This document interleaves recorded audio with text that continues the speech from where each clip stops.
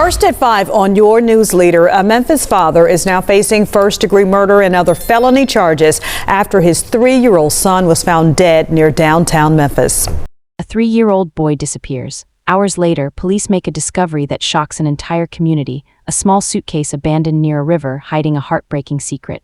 Investigators say the child's own father knows exactly how it got there, but what really happened in the hours before this innocent life was lost.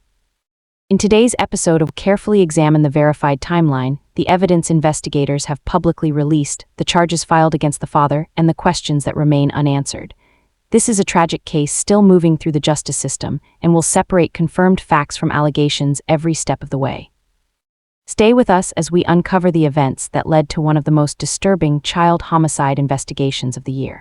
Every missing child report carries a sense of urgency. When a young child cannot be found, every minute matters, and families, investigators, and entire communities know that time can make all the difference. In this case, that urgency would soon give way to heartbreak. Welcome to Today we're examining the investigation into the death of 3-year-old Joseph Martinez, a case that has drawn widespread attention because of the tragic circumstances surrounding his disappearance and the serious criminal charges later filed against his father. Before we begin, it's important to note that this case is still moving through the legal system. Some of the information discussed comes from court records and statements released by law enforcement. The charges represent allegations, and the accused is presumed innocent unless and until proven guilty in court. According to investigators, concern first grew after Joseph could no longer be located during a family custody dispute. Authorities say the child's father, Saul Martinez, had taken Joseph without permission. As hours passed, relatives became increasingly worried about the little boy's safety.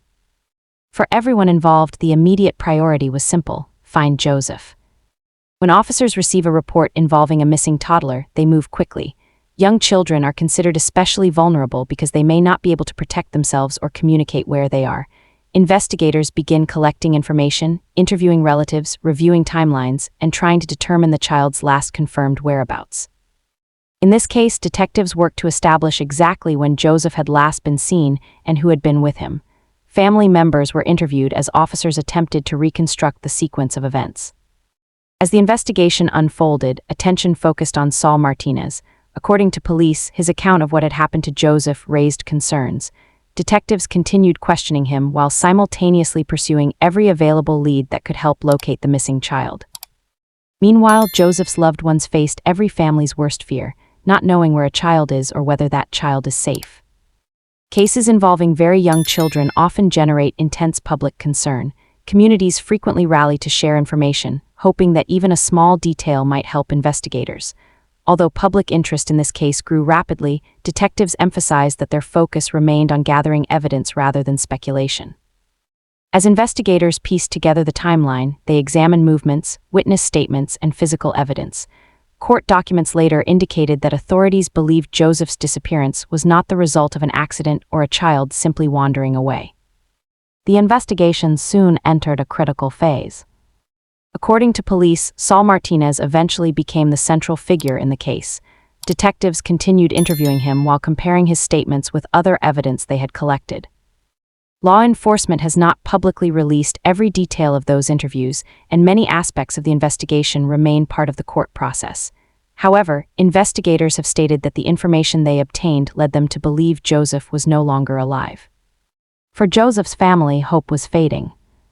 Behind every headline is a child who had only just begun life. Friends and relatives remembered Joseph as a young boy whose future should have been filled with birthdays, school days, laughter, and family milestones. Instead, those closest to him found themselves waiting for answers that no family should ever have to seek.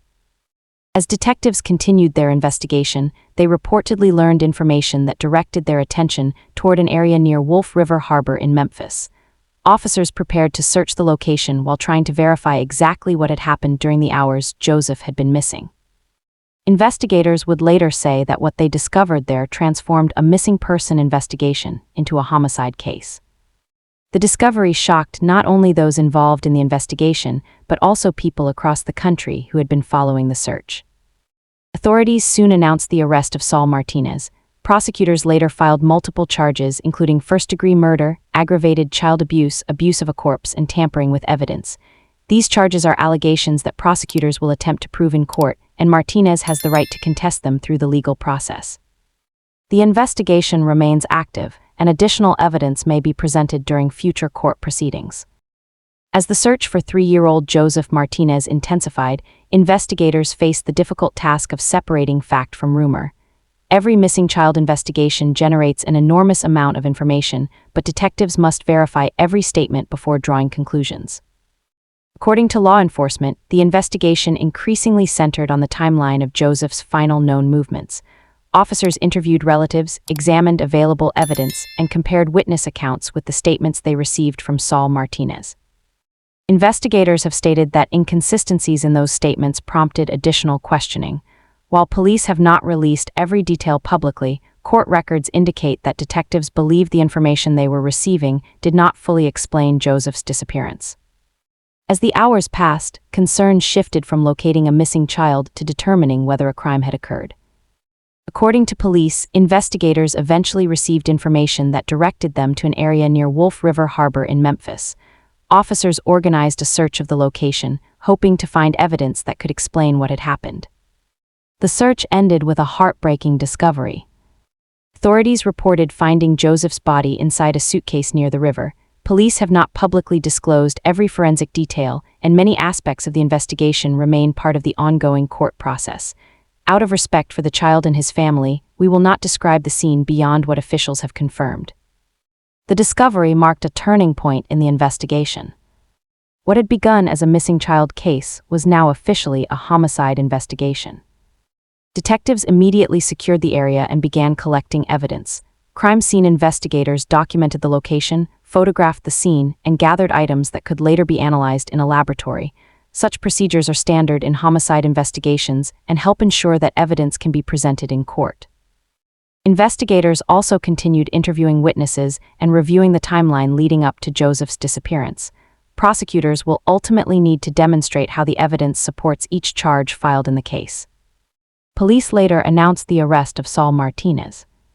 According to court records, Martinez faces multiple felony charges, including first-degree murder in the perpetration of a felony, aggravated child abuse, abuse of a corpse, and tampering with evidence. These are formal criminal charges, not convictions. Under the law, Martinez is presumed innocent unless the prosecution proves its case beyond a reasonable doubt in court. As news of the arrest spread, the case drew national attention. Many people expressed grief for Joseph and sympathy for the family, while others called for patience as the legal process unfolds.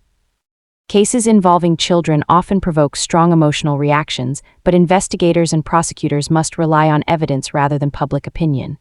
Physical evidence, witness testimony, forensic findings, and court proceedings, not social media discussions, will determine the outcome of this case. One of the key questions likely to be examined during future hearings is the sequence of events before Joseph's death. Prosecutors may present witness testimony, digital evidence, forensic reports, and investigative findings to establish a timeline.